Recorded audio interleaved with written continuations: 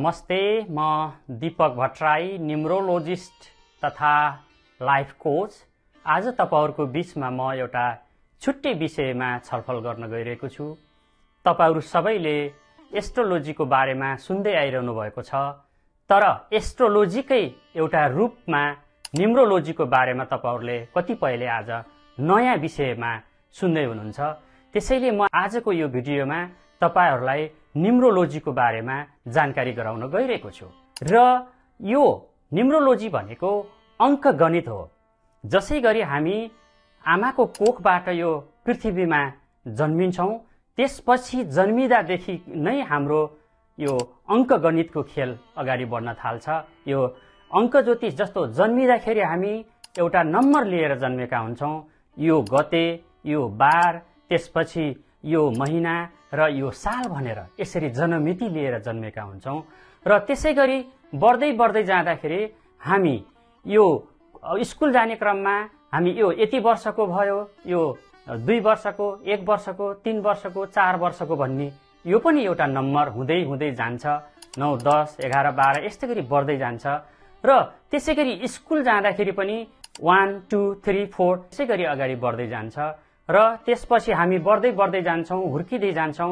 त्यसपछि हामी एउटा किसिमको कुनै कामहरू गर्न थाल्छौं, त्यसमा पनि हामीले पाउने स्यालेरीमा पनि यति हजार उति हजार भन्ने कुराहरू त्यसमा पनि हुने गर्दछ। त्यसैले यो अंक हामीसँग जन्मिदाखेरिदेखि नै हाम्रो जति बेला बर्थ हुँदै जान्छ त्यसपछि नै यो अंक गणित, यो न्युमरोलोजी, यो अंक गणितलाई हामीले समष्टिगत रूपमा कसरी बुझौं भने यो एउटा हाम्रो जीवनसँग अपरिहार्य रहेको छ। र अब हामीले यो अंक गणितलाई हामीले न्युमरोलोजी भन्छौं। र यो न्युमरोलोजीको बारेमा तपाईहरुसँग मैले आज छलफल गर्न गइरहेको छु। हाम्रो जीवनसँग न्युमरोलोजीको एउटा अपरिहार्य सम्बन्ध रहेको छ। जसैगरी हामी अब यो जीवनको यो पृथ्वीमा हाम्रो जीवनलाई जुन अंकगणित अनुसार हामी जन्मेका हुन्छौं त्यसलाई कसरी नेभिगेट गर्ने भन्ने कुरा न्युमरोलोजीले जानकारी दिन्छ। र यसमा 1 नम्बरदेखि 9 नम्बरसम्मका ग्रहहरूलाई हामीले यसमा छलफल गर्दछौं। जसरी 1, 2, 3, 4, 5, 6, 7, 8, 9 नम्बरसम्म यसमा ग्रहहरू हुने गर्दछन्। र यो एउटा नम्बरले एउटा ग्रहको रिप्रेजेन्टेटिभ गर्दछ।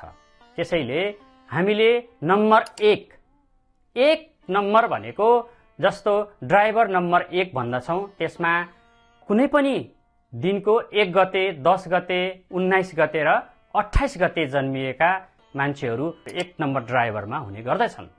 र यो 1 नम्बर मैले तपाईहरुलाई भनेको 1 नम्बर ड्राइभरमा जन्मेका मान्छेहरूले एउटा राजसी टाइपको नेतृत्व गर्दछन्। राजाको नम्बर त्यसले सूर्यलाई रिप्रेजेन्टेटिभ गर्दछ। सूर्यले तपाईको आत्मविश्वासी, त्यो तारिखमा जन्मेका मान्छेहरू आत्मविश्वासी, महत्वाकांक्षी र नयाँ नयाँ सोच र एउटा कुनै पनि चीजको दृढ इच्छा शक्ति रहने गर्दछ। र यसमा जन्मिएका मान्छेहरूले यो समाजमा एउटा नेताको जस्तो भूमिका निर्वाह गर्दछन्। त्यसैगरी नम्बर 2 मा जन्मिएका, जो नम्बर 2 ड्राइभर नम्बर 2 छ, त्यसमा जन्मेका मान्छेहरू जस्तो कुनै पनि महिनाको 2 तारिक, 11 तारिक, 20 तारिक र 29 तारिकमा जन्मेका मान्छेहरूको यो नम्बर 2 मा पर्दछन्।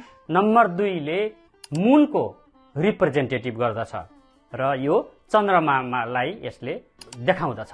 त्यसैले यो तारिकमा जन्मेका 2 नम्बर जुन मान्छेहरूले रिप्रेजेन्टेटिभ गर्छन्, त्यसमा जन्मेका मान्छेहरूले बढी भावुक हुने, एउटा सेन्सिटिभ हुने र अरूलाई सहयोगी गर्ने, शान्तिप्रिय हुने, मिलनसार हुने खालका मान्छेहरू रहन्दछन्।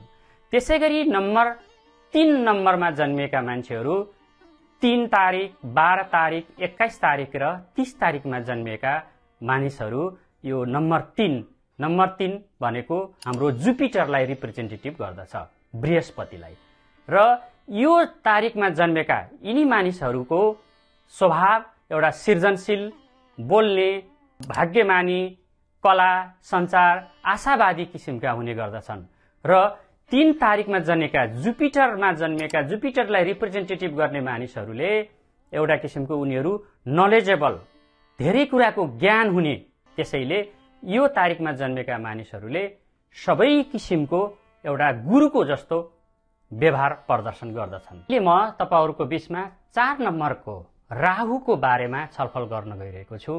4 नम्बर ड्राइभर हुने कुनै पनि महिनाको 4, 13, 22 र 31 गते जन्मेका मानिसहरू 4 नम्बर ड्राइभरमा पर्दछन्। यिनीहरूको स्वभाव मेहनती हुन्छन्, अनुशासित हुन्छन् र कुनै पनि चीजलाई एउटा व्यावहारिकतामा यिनीहरूले ढाल्न खोज्छन्। त्यसैले यो 4 नम्बरको व्यक्तिहरू कुनै पनि कुराको अब अन्त्य भयो है, अब यसबाट कुनै समस्या समाधान हुँदैन है भन्ने भयो भने यिनीहरूले जिरोबाट स्टार्ट गरेर इन्डिङ भएको चीजलाई फेरि जिरोबाट स्टार्ट गरेर अगाडि बढ्दछन्। र त्यसैगरी नम्बर 5 को पालो आयो। यो नम्बर 5 लाई एउटा मर्करी, एउटा बुध ग्रहको रिप्रेजेन्टेटिभ गर्दछ। कुनै पनि महिनाको यो 5 तारिक, 14 तारिक र 23 तारिकमा जन्मेका मानिसहरू 5 नम्बरमा पर्दछन्। 5 अङ्क ज्योतिषको यो न्युमरोलोजीको सबैभन्दा बिचको एउटा सेन्ट्रलको पोइन्ट भनेको 5 नम्बर हो। यो 5 नम्बरले सबै चीजहरूलाई, सबै ग्रहहरूलाई एउटा सहयोगीको रूपमा यो 5 नम्बरले अगाडि बढाउँदैछ। त्यसैगरी यो मर्करी हो, यो एकदमै फास्ट चल्ने एउटा प्लानेट भएको हुनाले यो 5 नम्बरमा जन्मेका मानिसहरू, ड्राइभर नम्बर 5 भएका मानिसहरू धेरै चतुर, साहसी र एउटा किसिमको फास्ट, कुनै पनि जीवनमा फास्ट चल्न खोज्ने किसिमको मानिसहरू हुन्छन्। राम्रो, नम्र, बोली वचन यो 5 नम्बरमा जन्मेका मानिसहरू पर्दछन्। त्यसैगरी अब नम्बर 6 नम्बरमा म बोल्न गइरहेको छु। 6 नम्बर ड्राइभर नम्बर 6 नम्बर हुने व्यक्तिहरू कुनै पनि महिनाको 6 गते, 15 र 24 गतेमा जन्मेका मानिसहरू 6 नम्बरमा पर्दछन्। 6 नम्बरले भिनसको एउटा शुक्रको रिप्रेजेन्टेटिभ गर्दछ। शुक्र भनेको अहिलेको यो युगमा शुक्र प्रधान युग भनेर भन्दछन्। कुनै पनि यो न्युमरोलोजीमा 6 नम्बर ड्राइभर नम्बर भयो भने यस्ता व्यक्तिहरू लग्जरी जीवन बिताउन चाहन्छन्। पैसा, सुख, शयल र एउटा मोज मजामा रमाउन चाहन्छन् यस्ता व्यक्तिहरू। यस्ता व्यक्तिहरूले एउटा समाजमा, एउटा यो अहिलेको युगमा एउटा युगान्तकारीको रूपमा भूमिका निर्वाह गर्दछन्। त्यसैगरी म नम्बर 7 नम्बरको बीचमा कुरा गर्न गइरहेको छु। 7 नम्बर कुनै पनि महिनाको 7 तारिक, 16 तारिक र 25 तारिकमा जन्मेका व्यक्तिहरू 7 नम्बर ड्राइभरमा पर्दछन्। यो 7 नम्बरले केतुको रिप्रेजेन्टेटिभ गर्दछ। केतु प्लानेटले कुनै पनि व्यक्तिहरू 7 नम्बर ड्राइभरमा जन्मेछन् भने तिनीहरू बढी एउटा स्पिरिचुअल, एउटा आध्यात्मिक र एउटा किसिमको अध्यात्मतिर बढी फोकस हुने गर्दछन्। यस्ता व्यक्तिहरूले अनुसन्धान र एउटा गहिरो सोचमा, थिङ्किङमा हुने गर्दछन् 7 नम्बरमा पर्ने। त्यसैगरी 8 नम्बर एउटा कुनै पनि महिनाको 8 तारिक, 17 तारिक र 26 तारिकमा जन्मेका व्यक्तिहरू ड्राइभर नम्बर 8 मा पर्दछन्। ड्राइभर नम्बरलाई एउटा मूलाङ्क पनि भन्ने गरिन्छ। त्यसैले यस्ता व्यक्तिहरू एउटा न्यायाधीशको जस्तो यो ठिक, यो बेठिक भन्ने टाइपका स्वभावका व्यक्तिहरू हुने गर्दछन्।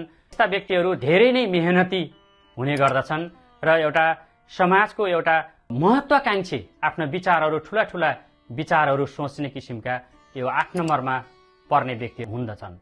र त्यसैगरी अन्तिमको एउटा रहेको छ कुनै पनि महिनाको 9 तारिक, 18 तारिक र 27 तारिकमा जन्मेका व्यक्तिहरू ड्राइभर नम्बर 9 मा पर्दछन्।